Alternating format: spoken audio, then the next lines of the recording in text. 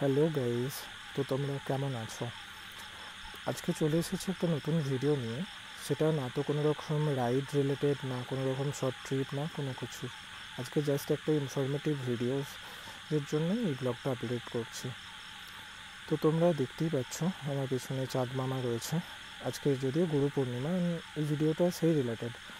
তো তোমরা পুরোটা দেখতে শুনতে থাকো, হোপফুলি তোমাদের ভালো লাগবে। পূর্ণিমার দিনে বাঙালি পরিবারের সত্যনারায়ণ হওয়াটা খুব কমন জিনিস। তাই একটা ছোট সত্যনারায়ণ বাড়ির পুজোতে ক্লিপ দিলাম, তার সাথে সিন্নিরও একটা ফটো আপডেট করলাম।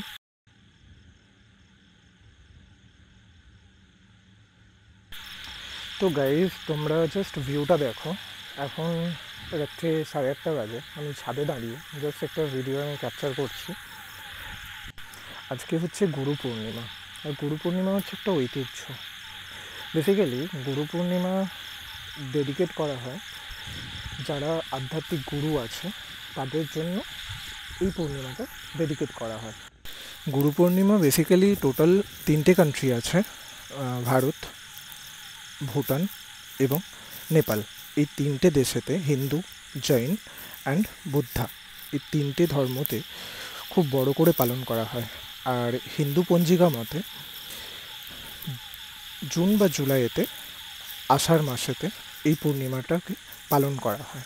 তো এটা পালন করার আসল কারণ হচ্ছে দেবাদিদেব মহাদেবের অনেকগুলো রূপ আছে। তার মধ্যে একটা রূপ হচ্ছে দক্ষিণামূর্তি রূপ, যেটাকে আমরা গুরুমূর্তি রূপ বলেও জানি।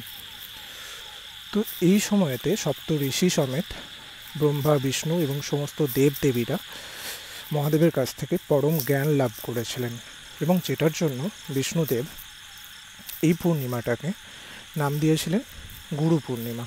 কারণ মহাদেব হচ্ছে আদিগুরু, তাই মহাদেবকে নমন জানানোর জন্য ওনার কাছ থেকে সমস্ত রকম জ্ঞান লাভ করেছেন, সেইটার জন্য এই পূর্ণিমাটাকে গুরু পূর্ণিমা হিসাবে জানা যায়। তাছাড়াও ব্যাস আছেন, তো এই পূর্ণিমাতে ব্যাসদেবেরও জন্ম, যিনি মহাভারত রচনা করেছিলেন এবং বেদ সংকলন করেছিলেন। তো তোমাদের জন্য একটা ছোট্ট ইনফরমেটিভ ভিডিও আজকে আপলোড করলাম। যারা জানো তারা আমাকে কমেন্টসে জানিও, আর যারা জানো না তারা এটা শোনো মন দিয়ে, অনেকটা ভালো লাগবে। আর আমার ভিডিও কেমন লাগছে সেটা অবশ্যই জানিও, যতটা পারো লাইক, শেয়ার অ্যান্ড সাবস্ক্রাইব করো।